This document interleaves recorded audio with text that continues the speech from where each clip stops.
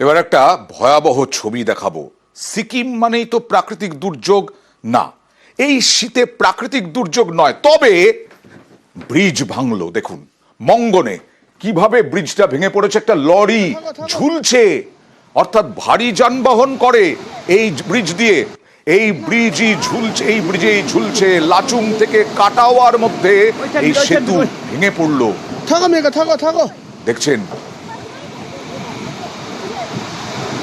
বড় সড়ো সেতু, কিন্তু এটা হচ্ছে বেইলি ব্রিজ। বেইলি ব্রিজ ভাঙে কি করে? সাধারণত পাহাড়ে বিভিন্ন জায়গায় এরকম বেইলি ব্রিজ, শক্তপোক্ত লোহার বেইলি ব্রিজ করা থাকে, যেখানে দুর্গম। কথা বলবো প্রতিনিধি পার্থর সঙ্গে। পার্থ, কিভাবে ভেঙে পড়লো? এখনো কিন্তু পরিষ্কার নয়, কারণ ওই সময় একটি লরি বেইলি সেতু পারাপার করছিল, সেই সময় লরিতেও কিন্তু ঝুলছে, সেই ছবি আমরা দেখাচ্ছি দর্শকদের। এবং এই নর্থ সিকিম অর্থাৎ মঙ্গন জেলার লাচুং এবং কাটোয়ার সংযোগকারী বেইলি সেতু মুড়িয়ে ভেঙে পড়ে। ইতিমধ্যে ঘটনাস্থলে মঙ্গন জেলা প্রশাসনিক কর্তারা ঘটনাস্থলে পৌঁছে। কিন্তু কিভাবে এই দুর্ঘটনা ঘটলো বা এই ভারী যানবাহন চলাচল তো করেই, তার না হলে তো এই লরি উঠতো না পার্থ।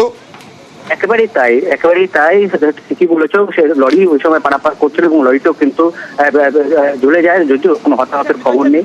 এবং ওই এলাকায় স্থানীয় প্রশাসন খোঁজ খবর নিচ্ছে যে কাটাওতে কোনো পর্যটক তারা বেড়াতে গিয়েছিলেন, কেন একটা ডেস্টিনেশন বটে, পর্যটকদের অতি প্রিয় ডেস্টিনেশন লাচুং এর কাছে।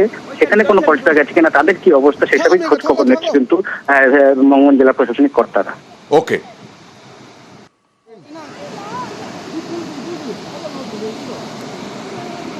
Wait 10 minutes.